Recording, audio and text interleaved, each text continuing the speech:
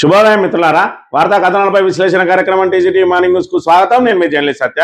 ముందుగా రాష్ట్రంలోని ప్రధాన వార్తలను కనుక పరిశీలించినట్టయితే మున్సిపల్ ఎన్నికల పోరు ముగిసింది. చైర్మన్ మేయర్ల ఈ ఎంపిక ఈరోజు జరగనుండడంతో అధికార కాంగ్రెస్ పార్టీ బరితెగించింది.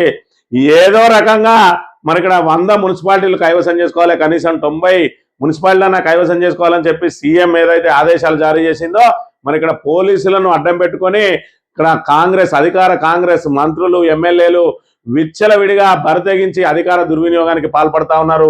ఒకవైపు ఫుల్ కోరం వచ్చినటువంటి మరి ఇక్కడ బీఆర్ఎస్ శిబిరాల మీద దాడులు చేసి అందులోని కౌన్సిలర్లను ఎత్తుకెళ్ళడానికి ప్రయత్నం చేస్తా ఉన్నారు. అందులో భాగంగా మరి ఇక్కడ కేతనపల్లికి సంబంధించిన ఏదైతే మున్సిపాలిటీకి సంబంధించి వాళ్ళు భద్రాచలంలో ఏదైతే హోటల్లో షెల్టర్ తీసుకున్నారో ఆ షెల్టర్ మీద కాంగ్రెస్ గూండాలు అదేవిధంగా పోలీసులు దాడి చేయడానికి ప్రయత్నం చేస్తే మరి అక్కడికి ఆ విషయం తెలిసి వెళ్ళిన బాలక సుమన్ వారిని చాకచక్యంగా అక్కడి నుంచి కార్లలో తీసుకొని కేతనపల్లిలో ఆయన నివాసంలోనే వాళ్ళ నుంచి అయినప్పటికీ కూడా కాంగ్రెస్ గుండాలు వాళ్ళ ఇంటి చుట్టే ప్రదక్షిణలు చేస్తా ఉన్నారు. వాళ్ళు బయటికి వెళ్లే సమయంలో వారి మీద దాడి చేసి మరి ఇక్కడ ఎత్తుకెళ్లే ప్రయత్నం చేస్తా ఉన్నారు అని అంటే ప్రజాస్వామ్యం ఏ విధంగా కూని అవుతా ఉన్నది తెలంగాణలో అని ఒక్కసారి అర్థం చేసుకోవాలి.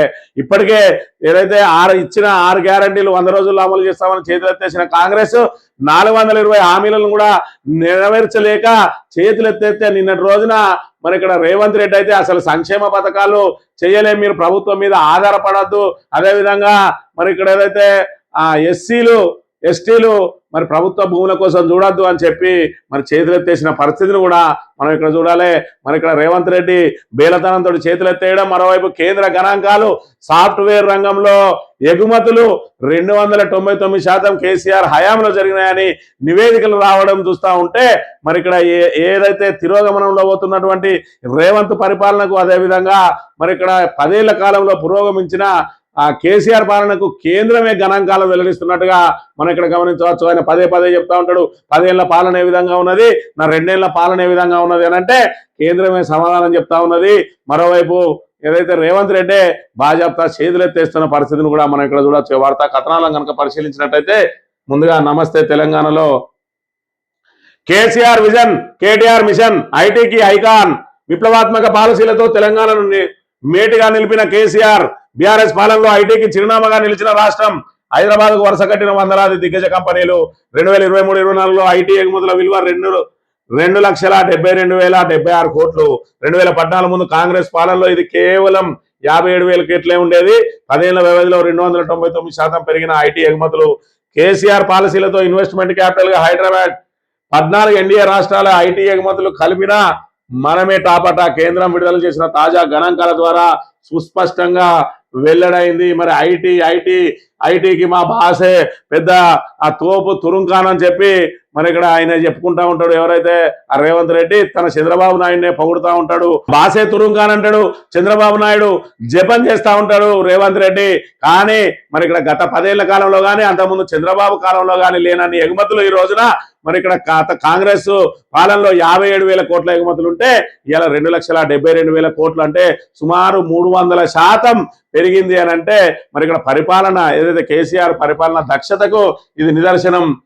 పుష్కర కాలానికి ముందు ఎట్లుండే తెలంగాణ, ఉపాధిని వెతుక్కుంటూ వలసపోయిన యువత, జాబులు రాక రోడ్డెక్కిన నిరుద్యోగులు, సాఫ్ట్వేర్ అంటే బెంగళూరు పూణే వైపు చూడాల్సిన దుస్థితి, హైదరాబాద్ అంటే ఆందోళన అడ్డా అన్నట్టు చిత్రీకరించిన ఆంధ్ర మీడియా, సకల భయాలతో పెట్టుబడులకు ముందురాని సంస్థలు, వచ్చినా పట్టించుకొని ప్రభుత్వాలు, పైనాపిల్ బిల్డింగ్ ఒకటి కట్టి తెలంగాణ ఏదో ఉద్ధరించినట్టు ఫోజులు కొట్టిన పాలకులు, రాష్ట్రావిర్భావంతో తెలంగాణ మిషన్ మోడ్లోకి మారింది.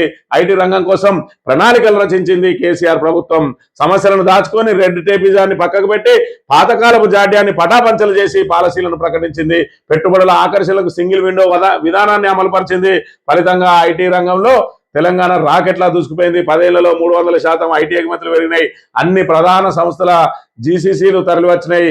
సాఫ్ట్వేర్ రంగపు స్వర్గధామంగా తెలంగాణ మారింది. ఇదంతా కూడా మరి ఇక్కడ కేసీఆర్ పరిపాలన దక్షతకు నిదర్శనం అని చెప్పక తప్పదు. ఈ 2 ఏళ్ల కాలంలో ఏం జరుగుతూ ఉన్నది, మరి ఇక్కడ ఏదైతే అన్నదాతలు రోడ్లు ఎక్కడం, మరి ఇక్కడ యూరియా బస్తాల కోసం అర్ధరాత్రుల వరకు వేచి ఉండడం, రైతు భరోసా ఎప్పుడు వస్తుందా అని ఎదురు చూడడం, మరి ఇక్కడ ఎవరైనా కుటుంబ పెద్ద రైతుకు సంబంధించి ఆ రైతు కనుక మరి ఏదో రకంగా మృత్యువు బారిన పడితే 11 రోజులు గడవక ముందే వాళ్ళ ఖాతాల్లో రైతు బీమా ద్వారా 5 లక్షల రూపాయలు వచ్చి చేరేది.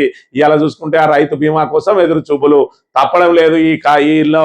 అదేవిధంగా ప్రతి మహిళకి 2500 ఇస్తానని, కళ్యాణ లక్ష్మిలో ₹1,00,000 తోడు తులం బంగారం ఇస్తా అని, పెన్షనర్లకు 2,000 4,000 ఇస్తా అని చెప్పి, అదేవిధంగా కౌలు రైతులకు భరోసా ఇస్తామని చెప్పి, రైతు కూలీలకు 12,000 ఇస్తామని చెప్పి, ఆటో డ్రైవర్లకు 12,000 ఇస్తామని చెప్పి, మరి విద్యార్థులకు స్కూటీలు ఇస్తామని చెప్పి, మరి 500కే గ్యాస్ అని 200 యూనిట్ల ఉచితమని ఇవాళ కేవలం ఉచిత బస్సు అమలు చేసి చేతులు దులుపుకొని మళ్ళా పాట పాడుతా ఉన్నాడు రేవంత్ రెడ్డి. ఏమని అంటే ఇవాళ సంక్షేమ పథకాలకు ప్రభుత్వం మీద ఆధారపడద్దు అని చెప్పి ఆయన తేటతెల్లం చేసిన పరిస్థితిని మనం ఇక్కడ గమనించాలి.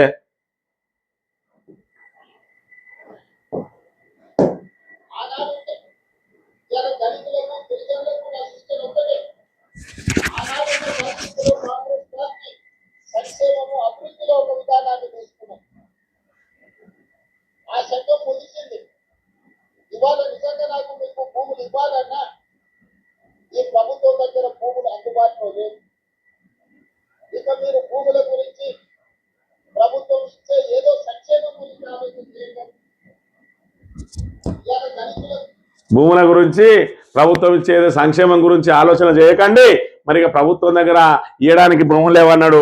మరి దీనికంటే ముందే అధికారంలోకి వచ్చినాక ఏం మాట్లాడిండు కూడా ఒకసారి చూసినట్టయితే, మూసి ప్రక్షాళన చేస్తామని చెప్పి మూసిలో ఒడ్డున ఉన్న వాళ్ళందరినీ కూడా బయటికి వెళ్ళగొడతా అంటే, మరి ఇక్కడ ఏదైతే పెద్ద ఎత్తున దాని మీద విమర్శలు రావడంతో మన ప్రభుత్వం దగ్గర భూములు లేవానే, అక్కడ 1,000 ఎకరాలు ఉన్నది, ఈడ 1000 ఎకరాలు ఉన్నది, ఆడ 2000 ఎకరాలు ఉన్నది, ఏడ కావాలన్నా చెప్పు ఆడ తీసుకుపోయి ఇల్లు కట్టిద్దామని ఆయనే స్వయంగా మాట్లాడిన మాటలు.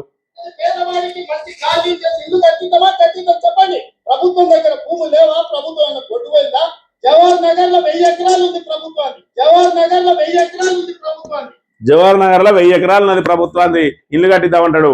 కానీ ఇక్కడ ఏదైతే దళిత గిరిజనులకు భూములు ఇవ్వాలన్నప్పుడు మాత్రం భూములు లేవంటాడు. హిల్ట్ పాలసీ ద్వారా 9,292 ఎకరాలను మరి ఇక్కడ వ్యాపారవేత్తలకు దారాదత్తం చేయడానికి భూములు ఉంటాయి, కానీ ఇక్కడ వీళ్ళకి ఇవ్వడానికి మాత్రం భూములు లేవంటాడు. సంక్షేమ పథకాల కోసం ఎదురు చూడొద్దంటాడు. ఇక ఈ విధంగా నాలుక మడత పెడతాడు. అంతేందుకు ప్రతి విషయంలో ఆయన నాలుక మడత పెట్టడం ఆయనకు పరిపాటిగా మారింది. ఇక్కడ మొన్నటి రోజున నేనే రాజు నేనే మంత్రి అని చెప్పి ఢిల్లీ వేదికగా ఆయన ప్రకటించి మరి దాని మీద పెద్ద ఎత్తున కాంగ్రెస్ లో తిరుగుబాటు రావడంతో అదేం లేదు నేను మున్సిపల్ మంత్రిని కదా, అందుకే నేనే రాజును అంటే నేనే ముఖ్యమంత్రిని నేనే మంత్రిని, మున్సిపల్ ఎన్నికలకు బాధ్యత అంతా నాదే అన్నా కానీ మొత్తం ఆడ ఎవడు మంత్రి పనిచేస్తలేడు, వాళ్ళందరికీ నేనే బాసును నేనే రాజును నేనే మంత్రిని నేను ఒక్కనే పనిచేస్తాను అని చెప్పి చెప్పలేదు. మీరు పొరపాటు పడతా ఉన్నారని ఏ విధంగా నాలుక మడత పెట్టిండో ఒకసారి చూసినట్టయితే, నేనే రాజు నేనే మంత్రి అంటే నేనే ముఖ్యమంత్రిని నేనే మున్సిపల్ మంత్రిని, ఈ ఎన్నికల ప్రతి ఫలితం నా ఫలితానికి తీసుకురాయి నేను కష్టపడుతున్నాను, ప్రజలు విశ్వసించి ఖచ్చితంగా 80% ఆశీర్వదిస్తారు. కొన్ని పనులు అయినా కాకపోయినా ప్రయత్నంలో లోపం లేదు, మా వాడు నిజాయితీగా పనిచేస్తున్నాడు, మా కోసమే పనిచేస్తున్నాడు అని పేదలు నమ్ముతారని నేను చెప్పిన. ఎన్నికల కంటే ముందు 2 రోజుల ముందు నేను ప్రెస్ మీట్ పెట్టి క్లియర్ గా చెప్పిన. 12 సంవత్సరాల ఢిల్లీ నుంచి పరిపాలన చూసారు, 10 సంవత్సరాలు గడిలో నుంచి పరిపాలన చూసారు, 2 సంవత్సరాల ప్రజా పరిపాలనను చూసారు. పేర్లు వెయ్యండి, 12 ఏళ్ళ పేరు ఇస్తారు, 10 ఏళ్ళ పేరు ఇస్తారు, 2 ఏళ్ల పరిపాలన పేరు ఇస్తారు. మీ విచక్షణను వాడి మీరు తీర్పు చేయండి అని చెప్పి ప్రజలకు విజ్ఞప్తి చేసి దాని ప్రకారం ఈరోజు 85 నుంచి 90% పరిపాలన అనుకూలంగా వచ్చినాయి. ఇక చెప్పాను నోరా తాటిమట్ట, అది నాలుక తాటిమట్ట ఒకసారి ఆలోచన చేయాలి. ఒకటేమో నేనే రాజు నేనే మంత్రి, తెలంగాణలో వాళ్ళందరికీ నేనే బాస్, ఆడు ఎవడేం బీకేది లేదని మరి మాట్లాడిన అంశాన్ని నాలుక మడత పట్టేసిండు. రెండోది మరి ఇక్కడ గతంలోనట 10 సంవత్సరాలు ఇక్కడ పరిపాలన చూసిరు, 12 సంవత్సరాలు ఢిల్లీ నుంచి జరిగిన పరిపాలన చూసిరు, 2 సంవత్సరాలు ప్రజాప్రభుత్వాన్ని చూస్తా ఉన్నారు. అంటే నేనే రాజు నేనే మంత్రి అనేదానికి దీనికి రిలేషన్ ఉన్నదా లేదా ఒకసారి ప్రజలే ఆలోచన చేయాలి. గతంలో టిఆర్ఎస్ కంటే ముందు ఎవరుండేది అధికారంలో? కాంగ్రెస్ ఉండేది. అంటే రాజశేఖర్ రెడ్డి తర్వాత ఏదైతే మిగతా కిరణ్ కుమార్ రెడ్డి, రోషయ్య ప్రభుత్వాలు ఏవైతే ఉన్నాయో వాళ్ళందరికీ కూడా ఢిల్లీ నుంచి పరిపాలన జరిగితే మరి ఇక్కడ కేసీఆర్ 10 సంవత్సరాల పరిపాలన మరి తెలంగాణ కేంద్రంగా చేసిండు. ఇవాళ రేవంత్ రెడ్డి కూడా నేను కూడా తెలంగాణ నుంచి చెప్తాను, నాకు ఢిల్లీోడు ఎవడు ఆదేశాలు లేవు, నేనే రాజు నేనే మంత్రి, నాకెవ్వడు మరి ఇక్కడ బాసులు లేరు అని బాజాప్తా చెప్తా ఉన్నాడు. పాత కాంగ్రెస్ కు ఢిల్లీ నుంచి మరి ఇక్కడ పరిపాలన ఉంటే కొత్త కాంగ్రెస్ కు మరి ఏదైతే ఇది రేవంత్ రెడ్డి పరిపాలన, ఇది ప్రజాప్రభుత్వం, నేను మాత్రమే చేస్తా, నేనే రాజు నేనే మంత్రి అన్నదానికి రిలేటెడ్ గా మాట్లాడినా లేదా మరి ఈ అంశాన్ని కూడా గమనించాలి. అంటే నేను ఢిల్లీ చేతిలో లేను, నేను స్వతంత్రంగా పరిపాలన చేస్తా ఉన్నా. గతంలో రాజశేఖర్ రెడ్డి ఉన్నా, మరి అదేవిధంగా కిరణ్ కుమార్ రెడ్డి ఉన్నా, రోషయ్య ఉన్నా కూడా ఢిల్లీ నుంచి పరిపాలన జరిగిందని చెప్తా ఉన్నాడు. ఎందుకంటే ఇక్కడ బీజేపీ ఎప్పుడు కూడా మరి ఇక్కడ ఫామ్ చేయలేదు, తెలుగుదేశానికి ఢిల్లీలో పాసులు ఎవరు లేరు, ఇక మిగిలిందే ఢిల్లీ నుంచి పరిపాలన ఎవరు చేసిర్రు ఒక్కసారి ఆలోచన చేయాలి. అంటే రేవంత్ రెడ్డి గత కాంగ్రెస్ ప్రభుత్వం ఢిల్లీ కనసన్నలలో మెదిలేది.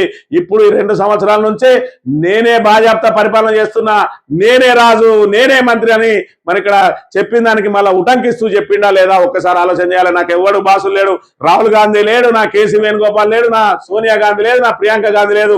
వాళ్ళకి ఇచ్చే డబ్బు ముట్ల వాళ్ళు తెంగుతానా, నేను ఏ విధంగా పరిపాలన చేయాలో ఆ విధంగా పరిపాలన చేస్తానా. నాకు ఢిల్లీ నుంచి నాది కాదు పరిపాలన, నా పరిపాలన ఈ 2 సంవత్సరాల నుంచి నన్నే నమ్మాలి, నేనే చేస్తా ఉన్నా.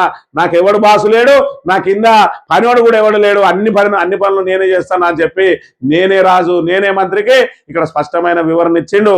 నేనే రాజు నేనే మంత్రి అంటే మున్సిపల్ మంత్రిని కాబట్టి మంత్రినన్నా, నేను ముఖ్యమంత్రిని కాబట్టి రాజునన్నా అనేది మరి ఇక్కడ ఏదైతే చెప్పాలని మరి మసిపూసి మారడికాయ చేయాలని ఏదైతే ప్రయత్నం చేస్తా ఉన్నాడో ఆయన మాటల్లోనే నాకెవడు బాసు లేడు, నా కింద పనిచేసేవాడు కూడా ఎవరు లేడు, నేను ఒక్కనే పనిచేస్తానా, అందుకే నేనే రాజు నేనే మంత్రి అన్న విషయాన్ని మనం గమనించాలి. ఇక ఇందులో ఇంకో అంశం ఏంటంటే మరి ప్రెస్ మీట్ 2 రోజుల ముందు పెట్టినట్టు ఫలితాలకు 2 రోజుల ముందు అందులో ఖచ్చితంగా 80% మాకు అనుకూలంగా వేస్తారు అని అంటే ఫలితాలు వెల్లడైన తర్వాత 80 నుంచి 90% వచ్చినాయట. మరి కొంచెమన్నా సిగ్గు లేదు, 40%ని 90% అని కూడా చెప్పుకుంటా ఉన్నాడు అని అంటే మన ఇక్కడ ఎలాంటి విశ్వసనీయమైన వ్యక్తి మన ముఖ్యమంత్రి అనే విషయాన్ని మనం ఇక్కడ ప్రధానంగా గమనించాలి.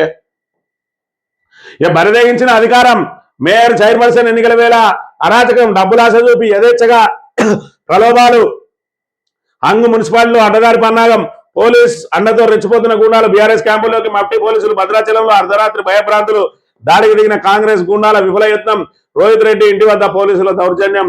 ఇక్కడ చూసుకున్నట్టయితే మరి ఇక్కడ తాండూరు మాజీ ఎమ్మెల్యే రోహిత్ రెడ్డి ఇంటికి పోయి పోలీసులు హంగామా చేస్తా ఉన్నారు. ఎందుకు వేయాలంటే ఏదైతే పోలింగ్ ముయ్యక ముందే లోపల వేయండి, మరి దీనికంటే ముందు కాంగ్రెస్ ఎమ్మెల్యే వేయండి కదా, ఆయన నిలువరించాలని చెప్పి ఈయన పోతే ఆయనకు మాత్రం కేసు ఉండదట. ఎందుకంటే ఆయన అధికార పార్టీ, ఈయన ప్రతిపక్ష పార్టీ కాబట్టి ఇగో ఆయనకు మీద మరి పోలీసులు ఏదైతే ఆయనను అరెస్ట్ చేసి పట్టుకపోవడానికి అర్ధరాత్రి వేళ హల్చల్ చేస్తా ఉన్నారు. మరోవైపు ఇక్కడ భద్రాచలంలో కేతనపల్లికి సంబంధించిన మరి ఇక్కడ బీఆర్ఎస్ శిబిరాన్ని ఏర్పాటు చేస్తే దాని మీద దాడి చేసి కౌన్సిలర్లను ఎత్తుకపోవడానికి సాక్షాత్తు పోలీసులే ప్రయత్నం చేస్తూ ఉంటే మరి ఇక్కడ ఆయన ఆ క్యాంపునంతా కూడా చాకచక్యంగా బయటికి పట్టుకొని వచ్చిన పరిస్థితిని మనం ఇక్కడ చూడాలి. ఈ విధంగా బాలక సుమన్ 40 కార్లలో మరి ఇక్కడ వాళ్ళందరినీ కూడా తరలించింది. ఇది కాటారం కేంద్రం, ఈనంగా భద్రాచలం మీదుగా, భద్రాచలం నుంచి కాటారం మీదుగా, మాదేపూర్ మీదుగా మరి చెన్నూరు నుంచి కేతనపల్లికి చేరుకున్నది. మరి ఇక్కడ వీళ్ళ బీఆర్ఎస్ శిబిరం ఈ రకంగా పోలీసులను అడ్డగోలుగా వాడుకుంటూ ఇవాళ అధికారం రావడానికి కౌన్సిలర్ల గెలుపు కోసమే అడ్డగోలుగా వాడుకున్నారు. ఇవాళ కౌన్సిలర్లను కిడ్నాపులు చేయడానికి కూడా కాంగ్రెస్ మరి పోలీసులను విచ్చలవిడిగా వాడుకుంటా ఉన్నది. మరోవైపు పోలీసు ప్రతిష్ట ఇప్పటికే దిగజారిపోయింది. తెలంగాణలో పోలీసు అనటోని మీద విశ్వాసమే లేకుండా పోయింది. అసలు సామాన్య ప్రజలు పోలీస్ స్టేషన్లకు పోతలేరు, పోలీసులే ఓన్లీ అక్రమాల కోసం పనిచేస్తా ఉన్నారు. కాంగ్రెస్ వాళ్ళ అక్రమాలను కాయడానికి పనిచేస్తా ఉన్నారు తప్ప వీళ్ళు ప్రజల కోసం పనిచేస్తలేరు అని చెప్పి దీని ద్వారా తేటతెల్లమైన అంశాన్ని కూడా మనం చూడవచ్చు. ఇక కాంగ్రెస్ కమలం అగ్గింగు, 12కు పైగా మున్సిపాలిటీలో బీజేపీతో జతకడుతున్న కాంగ్రెస్, సీఎం రేవంత్ రెడ్డి డైరెక్షన్ లో రంగంలోకి దిగిన మంత్రులు, బీజేపీ నేతలతో మంత్రాలు, అటు ఎంఐఎంతోనూ పొత్తులు అని చెప్పి కాంగ్రెస్ ఏదైతే ముఖ్యమంత్రి చెప్పిండో ఆ ముఖ్యమంత్రి చెప్పిన రీతిలోనే నడుచుకుంటా ఉన్నది. లాగేయండి, కిడ్నాప్ చేయండి, డబ్బులు ఇవ్వండి, కొనేయండి, ఏమైనా చేయండి, 90% మనకు మరి ఏదైతే మున్సిపాలిటీ రావాలని చెప్పి ఏదైతే ప్రయత్నం చేస్తా ఉన్నాడో వాటిలో విచ్చలవిడిగా అధికారం, డబ్బు దుర్వినియోగం చేస్తా ఉన్న పరిస్థితి. ఇక మా ప్రభుత్వం నుంచి సంక్షేమం ఆశించకండి, ప్రభుత్వ పథకాల సాయంపై ఆశ పెట్టుకోవద్దు, భూముల కోసం దళిత గిరిజనులు ఎదురు చూడవద్దు. ఇప్పుడైనా ఆయన మాటలు మరి ఇక్కడ గిట్లున్నది ఏడు దాకా ఓడమల్లన్న, ఏడు దాకినాక బోడమల్లన్న అన్నట్టు మరి ఇప్పటి వరకు ఏదైతే ఆయన నోరు మరి ఇక్కడ అక్కడ నుంచి మూసి ప్రక్షాళన కోసం వాళ్ళని తరలించేటప్పుడు మాత్రం మన దగ్గర ప్రభుత్వం దగ్గర భూములు తక్కువ ఉన్నాయి అంటాడు, ఇలా వంచమంటే మాత్రం భూములు ఏడున్నాయి అని అంటాడు. ఇక ఇది కథ. అప్పుడే మనకేం తక్కువ ఉన్నాయి, 3 లక్షల కోట్ల బడ్జెట్ ఎంత కావాలో చెప్పు రక్తిస్తా అంటాడు.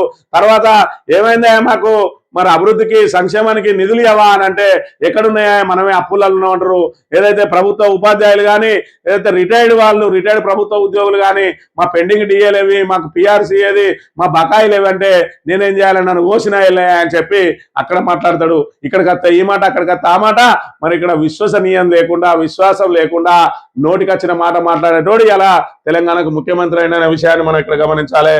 ఈ అడ్డదారులు, అరాచకాలు, అంగ మున్సిపాలిటీలో హస్తం కుట్రలు, పోలీసుల అన్నతో ప్రతిపక్షంపై బీఆర్ఎస్ దౌర్జన్యం, బీఆర్ఎస్ క్యాంపులపై ట్యాపింగ్ కుట్ర, అధికార యావలో కాంగ్రెస్ పార్టీ అడ్డదారులు ఫోన్లు ట్యాప్ చేసి పోలీసులు పంపుతున్నారు. బీఆర్ఎస్ కౌన్సిలర్లపై దాడులు, బెదిరింపులు, కౌన్సిలర్ల కిడ్నాప్ తెర వెనుక ప్రయత్నాలు. ఏం చేసినా మనకి ఇక్కడ అడ్డదారులు ఎన్నైనా ఒక్కరి మరి ఇక్కడ పోలీసులను విచ్చలవిడిగా వాడుకోరు అని చెప్పి అధికార పార్టీ అనేది ఇలా ప్రజాస్వామ్యాన్ని కూని చేస్తా ఉన్నదని ఈ సంఘటనల ద్వారా తేటతెల్లమవుతున్నది. ఎన్నటి కొలవదీరున్న పాలక వర్గాలు 11 గంటలకు సభ్యుల ప్రమాణ స్వీకారం, 12:30కు మేయర్ చైర్పర్సన్ ఎన్నిక, తర్వాత డిప్యూటీ మేయర్, వైస్ చైర్మన్ పర్సన్ల ఎన్నికట.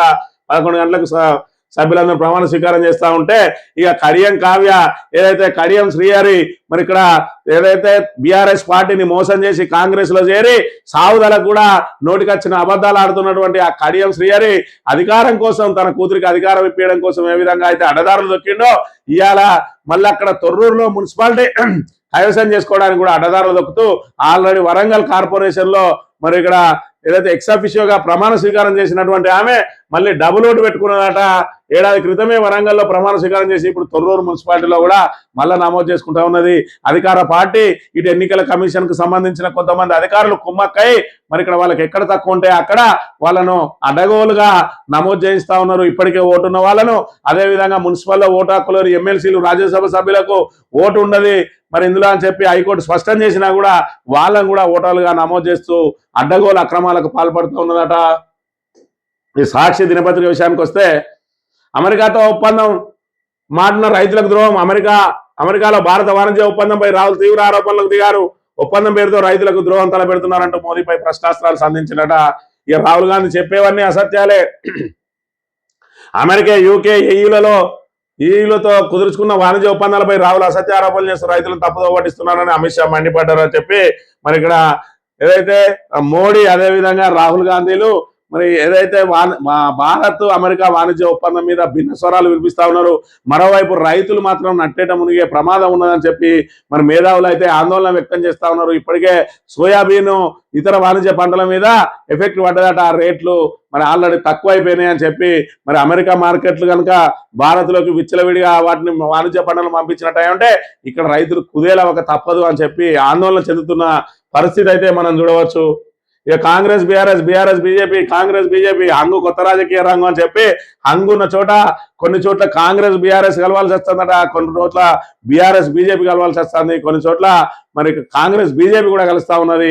మరి ఇక్కడ అక్కడ ఉన్న స్థానిక అధికారం కోసం వాళ్ళు మరి మళ్ళీ ఎన్నికలకు పోవడానికి కానీ దేనికి కానీ సిద్ధంగా లేరు. స్థానిక సంస్థల ఎన్నికల్లో అసలు ఎన్నికలకు పోవడం అనేది ఉండదు. ఎందుకంటే మొదటిసారి కోరం అంటే సభ్యులు ఎంతమంది ఉన్నారో అందులో సగం హాజరు కావాలి. హాజరు కాకపోతే కోరం నిండకపోతే వాయిదా ఇస్తారు, తెల్లారికే వాయిదా ఇస్తారు. ఆ తెల్లారి కూడా మళ్ళీ కోరం నిండకపోతే మూడోసారికి మరి ఎన్నికల కమిషన్ కు లెటర్ రాస్తారు.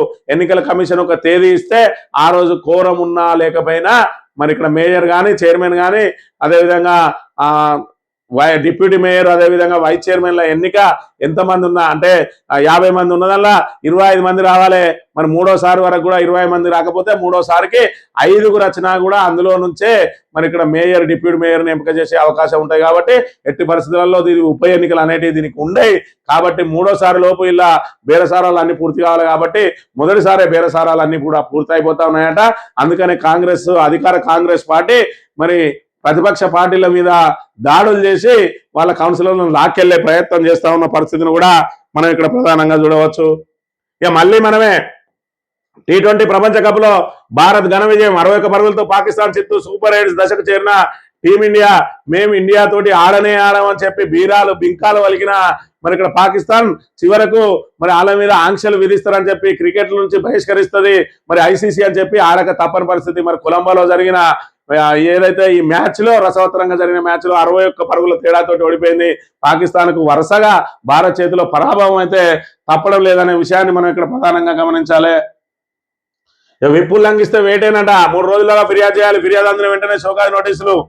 4 నెవర్ బిఫోర్ కార్పొరేషన్ల కాని అని చెప్పి మరి ఇక్కడ 4 గిట్లలో ఏం జరగబోతా ఉన్నది అని చెప్పి చెప్తా ఉన్న పరిస్థితి.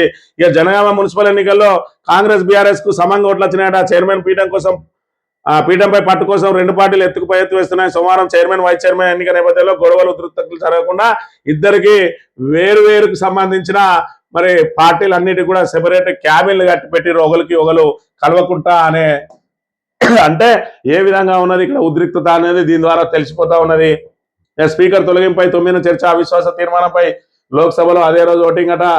దీని ద్వారా స్పీకర్ ను తొలగించే అవకాశం లేదు కానీ కేవలం మాట్లాడడానికన్నా తమకు అవకాశం వస్తుందని చెప్పి అవిశ్వాస తీర్మానాన్ని ప్రవేశపెట్టిన ఈ విపక్షాలు. ఎంపీ రేణుకా చౌదరికి ప్రివిలేజ్ నోటీస్. పార్లమెంట్ లో కుక్క వివాదంపై జారీ చేసిన కమిటీ అట. మేము సేవకులం పాలకులం కాదని ఏనాడో చెప్పాను. నేనే రాజు నేనే మంత్రి అని మరోలా అర్థం చేసుకున్నారు. ముఖ్యమంత్రి నేనే, మున్సిపల్ మంత్రి నేనే, ఎన్నికల్లో గెలుపోవడానికి బాధ్యత నాదే. మున్సిపల్ ఎన్నికల ఫలితాలు 90% మాకే అనుకూలం. పేదలను పరిపాలనలో భాగస్వామ్యం చేశాం. 40% అంతా కూడా నిస్సిగ్గుగా 90% అని చెప్తా ఉన్నాడు. రెండోది నేను వేరే రాజు నేనే మంత్రి అంటే వేరేలా అర్థం చేసుకున్నాను అంటాడు.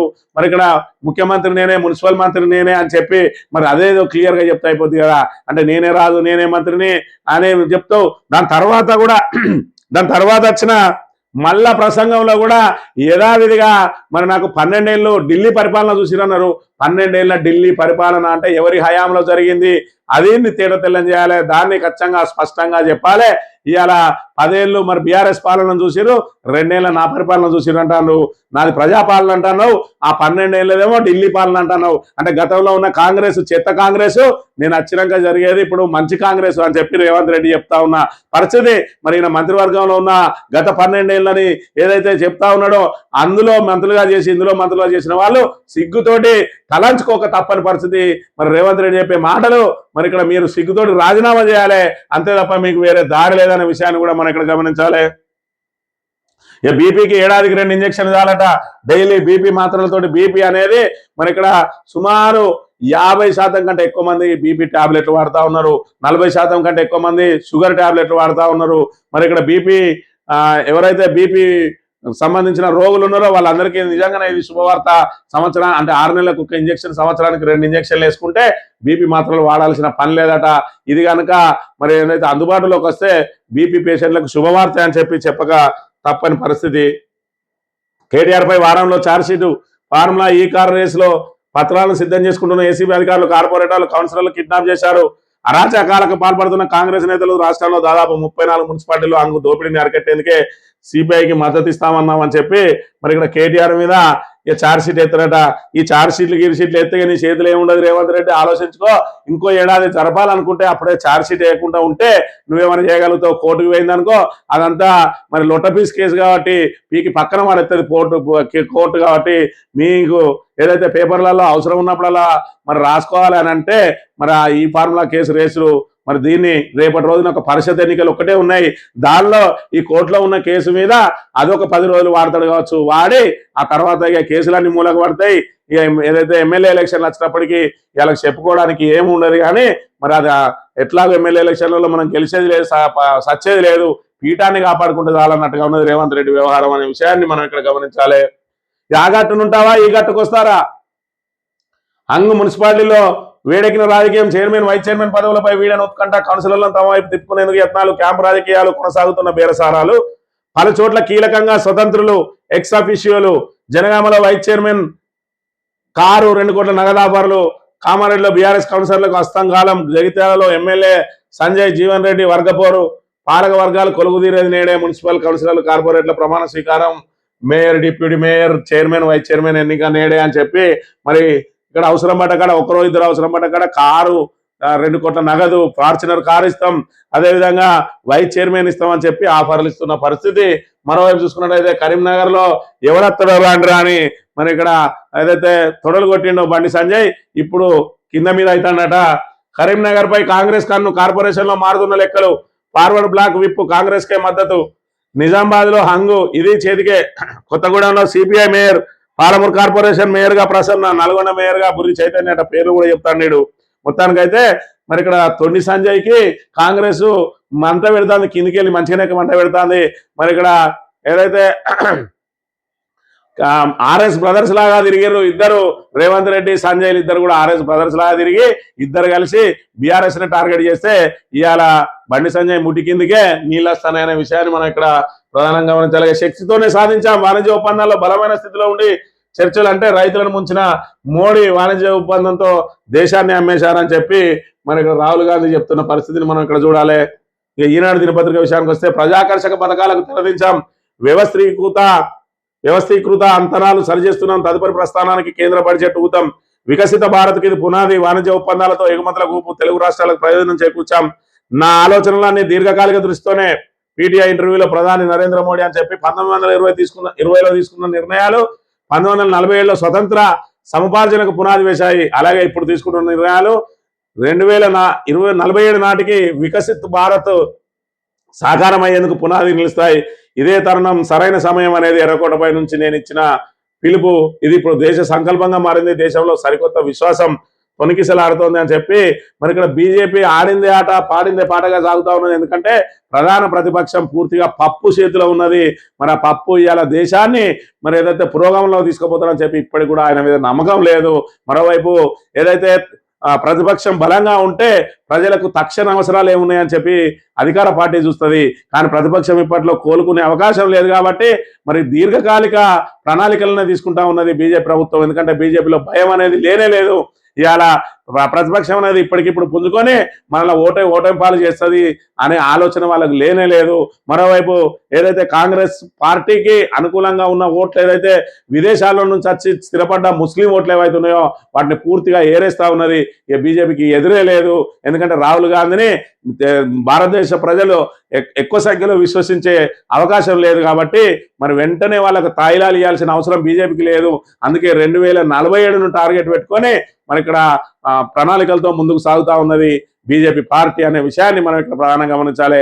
2047 నాటికి మనం ఏ విధంగా ముందుకు పోవాలని చెప్పి బీజేపీ ఆలోచిస్తూ ఉంటే మరి పులిని చూసి నక్కవాతలు పెట్టుకున్నట్టు రేవంత్ రెడ్డి కూడా నాది కూడా విజన్ 2047 అని చెప్తా ఉన్నాడు. నీకు 2 ఏళ్ల తర్వాత నువ్వు ఉంటావో ఉండవో తెలియదు. అసలు ఈ రోజు వరకు కూడా నీ సీటుకు గ్యారంటీ లేదు. మరి నీ కాంగ్రెస్ ప్రభుత్వం మళ్ళా నిలబడేది లేదు, సచ్చేది లేదు. అయినా నువ్వు 2047 కాకుండా తక్షణ అవసరాలు ఏమున్నాయో ప్రజలకు చూడాల్సిన బాధ్యత ఉన్నది. నువ్వు బీజేపీని చూసి ఇవాళ నువ్వు ముందుకు పోతే ఇవాళ బీజేపీకి ఎక్కడ మరి ప్రత్యామ్నాయం లేదు. కానీ ఇక్కడ బీఆర్ఎస్ ని పుట్టి ముంచడానికి నీ పీకల మీద కూర్చొని ఉన్నాయి. కాబట్టి నువ్వు వికసిత్ భారత్ లాగా నువ్వు విజన్ 2047 వదిలేసి ఇవాళ ఏదైతే నువ్వు ఇచ్చిన 6 గ్యారంటీలు కానీ మరి ఇక్కడ 420 హామీలు కానీ ముఖ్యంగా కళ్యాణ లక్ష్యంలో తులం బంగారం, మహిళలకు 2500, మరి విద్యార్థులకు స్కూటీలు 2000, 4000 పెన్షన్, మన ఇక్కడ రైతు కూలీలకు 12,000, కౌలు రైతులకు 15,000. నేను ఏదైతే ఇవి చెప్పినావో అవన్నిటిని తక్షణం కనుక అమలు చేయకపోతే, పెన్షన్ 2,000, 4,000 చేయకపోతే ఖచ్చితంగా నీ పుట్టి ముంచడానికి మరి ఇక్కడ అందరూ కూడా రైతులతో పాటు సబ్బండ వర్గాలు సిద్ధంగా ఉన్నాయనే విషయాన్ని నువ్వు గుర్తు చేసుకోవాలి. లేకుంటే ఏదైతే 80%, 90% అని నువ్వు విర్రవేగినవో మున్సిపల్ ఎన్నికల్లో మరి నిన్ను 40%కి ఏ విధంగా కట్టడి చేసిరో రేపటి రోజున రూరల్లో జరిగే, పల్లెల్లో జరిగే మరి ఇక్కడ పరిషత్ ఎన్నికలు కనుక నువ్వు తక్షణం పెట్టినట్టయితే నిన్ను 20%కే నీ పుట్టి ముంచుతారు. ఖచ్చితంగా ఆ విషయం కూడా నీకు అర్థమైంది. అందుకే పరిషత్ ఎన్నికల మీద ఆచితూచి అడిగేస్తున్న పరిస్థితిని అయితే మనం ఇక్కడ చూడొచ్చు. ఎందుకంటే లెక్కలన్నీ బట్టబయలైనాయి. ఆ తాబేదారు పత్రికలు ఏదో పెద్ద ఎత్తున కింద జాకీలు పెట్టి లేపే ప్రయత్నాలు ఏదైతే చేసినాయో అవన్నిటికీ తెరవడ్డది. ఖచ్చితంగా ఇలా సోషల్ మీడియానే యాక్టివ్ ఉన్నది. మరి ఇక్కడ ఇంచుమించు కూడా ప్రజలకు వివరించి చెప్తా ఉన్నాయి. కాబట్టి రేవంత్ రెడ్డి బండారం అంతా బయటపడ్డది. మున్సిపల్ ఎన్నికల్లో ఖచ్చితంగా కాంగ్రెస్ చెతికిల పడ్డది. దౌర్జన్యాలు, అరాచకాలు కూడా ప్రజలందరూ వీక్షిస్తా ఉన్నారు. ఖచ్చితంగా పరిషత్ ఎన్నికల్లో మీకు బుద్ధి చెప్పక తప్పదని హెచ్చరిస్తూ ఇది ఈరోజు మార్నింగ్ న్యూస్. తిరిగి వెళ్తాం. Thank you very much.